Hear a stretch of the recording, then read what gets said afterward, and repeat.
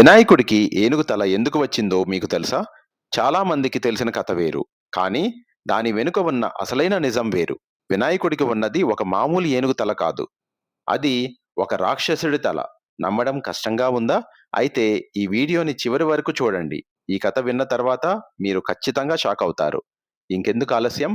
మొదలు పెడదామా? Hello friends. అనగనగా ఒక గజరాజుడు అనే ఒక రాక్షసుడు ఉండేవాడు. ఇతను చాలా కఠోరమైన తపస్సు చేసి శివుడిని మెప్పిస్తాడు. శివుడు ప్రత్యక్షమై ఏం వరం కావాలో కోరుకో అని అడుగుతాడు. దానికి గజరాజుడు ఏమంటాడో తెలుసా? శివయ్య, మీరు ఎల్లప్పుడూ నా కడుపులోనే ఉండాలి అనే విచిత్రమైన వరం కోరుకుంటాడు. ఇచ్చిన మాట తప్పకూడదు కాబట్టి శివుడు అలాగే చేస్తానని ఒప్పుకొని గజరాజుడి కడుపులోకి వెళ్ళిపోతాడు. రోజులు నెలలు గడిచినా శివుడు ఇంటికి రాకపోవడంతో పార్వతీదేవి చాలా బాధపడతారు. వెంటనే విష్ణువు సహాయం కోరుతారు. విష్ణువు గంగిరెద్దుల వేషంలో నందితో కలిసి గజాసురుడి రాజ్యానికి వెళుతారు. విష్ణువు వాయించే సన్నాయికి గజాసురుడు పూర్తిగా మైమర్చిపోయి మీకు ఏం కావాలో అడగండి, ఇస్తాను అని అంటాడు. అప్పుడు విష్ణువు నవ్వుతూ నేను అడిగేది నువ్వు ఇవ్వలేవు అంటారు. ఆ మాటకి గజాసురుడికి అహం దెబ్బతింటుంది. నేను ఇవ్వలేనివా, నువ్వు ఏమడిగినా ఇస్తాను అని గర్వంగా చెప్తాడు. విష్ణువు వెంటనే అడిగే వరం ఏమిటంటే, ఈ గంగిరెద్దు ప్రభువు శివుడు చాలా రోజులుగా కనిపించడం లేదట. ఆయన్ను ఈ నందికి అప్పగించు అని అడుగుతాడు.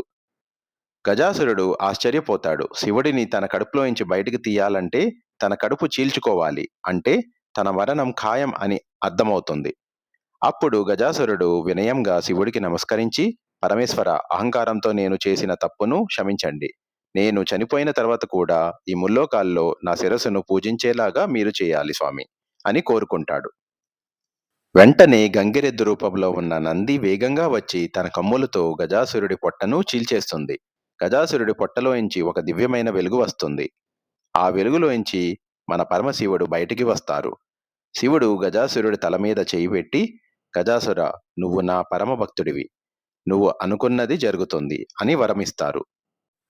ఈ విధంగా ఒక రాక్షసుడి భక్తికి మెచ్చి ఆ రాక్షసుడి తలనే మన గణేశుడికి పెట్టి ముల్లోకాల్లో పూజించేలా శివుడు వరమిచ్చారు.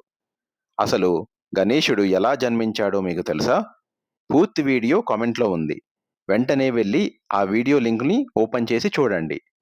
ఈ స్టోరీ మీకు నచ్చినట్లయితే లైక్ చేసి మీ ఫ్రెండ్స్కి షేర్ చేయండి.